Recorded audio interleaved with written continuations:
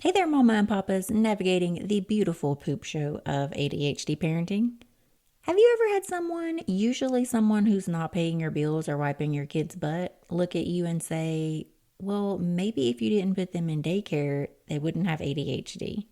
I mean, excuse me, Karen, but what? Not in the middle of cicada season in North Carolina, okay? Today, we're putting that tired, mom-shaming narrative under the microscope and dissecting a recent episode of Diary of a CEO with licensed clinical social worker Erica Komisar. Spoiler alert, she said some stuff that made me chew air. So grab your lukewarm coffee from the microwave and let's bust some myths. This is going to be a ride.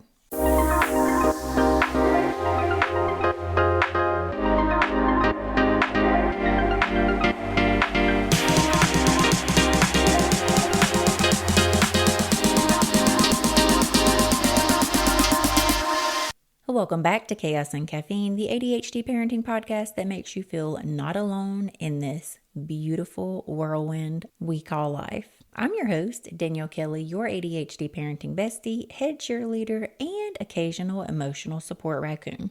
Today, we're taking a magnifying glass to Erica Komisar's recent hot take that daycare or leaving your children before they're the age of 3 in general is contributing to ADHD.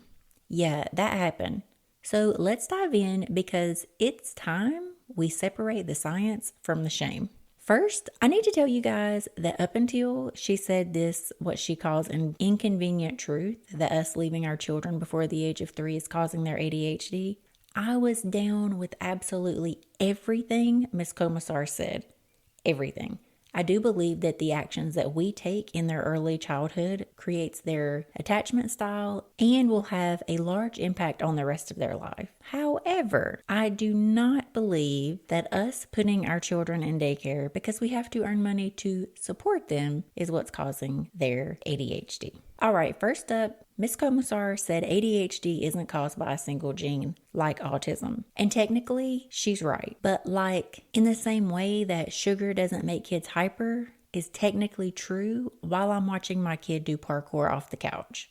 ADHD is polygenic, meaning it's influenced by many genes, not just one.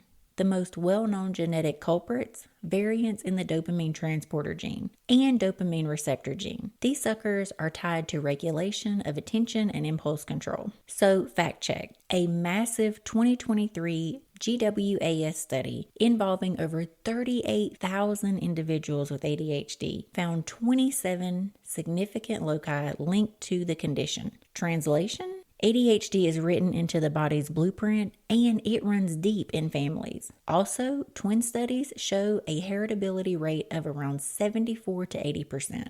So, when someone tries to tell you it's bad parenting or a parenting fail, tell them science says it's actually your great-great-grandpappy's wonky dopamine genes. Quick tip. If ADHD runs in your family, know you're not imagining patterns and science backs you up. Share this information with judgmental relatives. Bonus points if you write it on a sticky note and slap it on their Tupperware. Now, let's talk about the daycare blame game. Ms. Komisar suggests that putting kids in daycare, especially early on, can lead to stress, poor attachment, and yes, even ADHD. And look, I am all for nurturing attachment. I talk about it constantly on this show. But pinning ADHD on daycare? That's a leap even Simone Biles would call a stretch. What the research actually says. Studies like the NICHD Early Child Care Research Network found that behavioral differences can be observed with more hours in non-parental care, but they were small and often faded with time. No causal link has ever been found between daycare and ADHD. It's correlation at best. High-quality daycare, especially those that are responsive and warm, can enhance social, cognitive, and emotional development. So no, Karen, daycare didn't cause little Billy's inability to sit still. It's likely more genetics,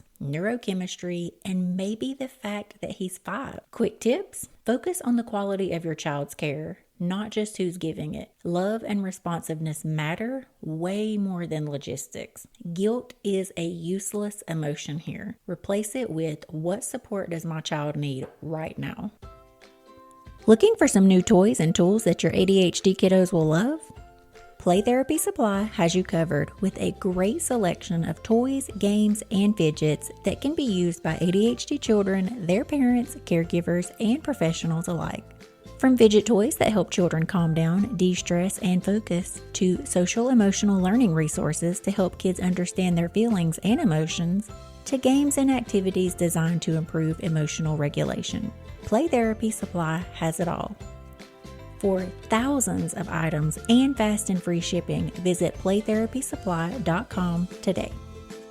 The impact of the blame on parents. Let's get real for a minute. What does it do to a parent, especially a mom, when an expert gets on a huge podcast and implies that your kid's ADHD is your fault? It's not helpful, it's not kind, and it's not grounded in the messy, nuanced truth of neurodevelopment. Blame shuts down solutions. When we make parents feel like failures, they stop reaching out for help. And we already know that parenting a child with ADHD is hard enough without someone handing you a backpack full of shame. Instead of blame, let's talk about what actually works. Compassion-based parenting, routine support, coaching, medication when appropriate, behavior therapy. Reminder for the guilt-ridden parent: you did not cause your ADHD. You inherited it. Or you're just parenting a child with a unique brain. You are doing the best you can with tools, with love, with frozen dinosaur nuggets, and grace.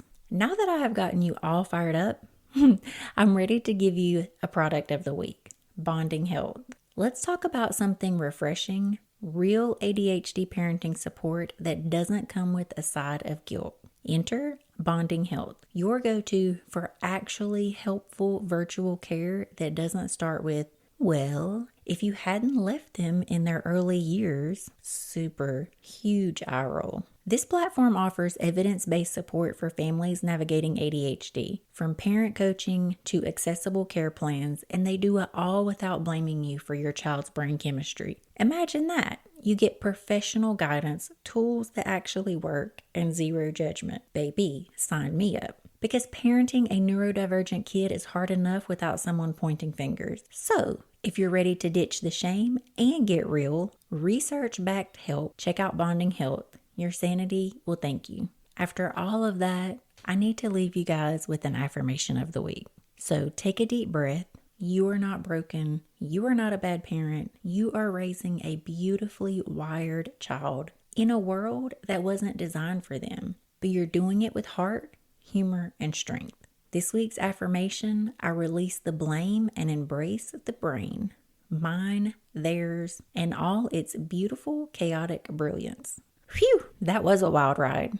Thanks for hanging out with me as we called BS on the daycare myth and unpacked the real science behind ADHD. If this episode made you feel a little lighter or even feel a little more seen, hit that subscribe button, but definitely share it with another fellow ADHD mama bear that needs to hear she's not the reason. And if Erica Komisar is listening to this episode, I would love to have you on Chaos and Caffeine to clear up any misconceptions I had of your interview or to hear further debate. Until next time, keep the coffee flowing and the chaos somewhat contained. I'm Danielle Kelly, your ADHD parenting bestie, signing off for now. Bye.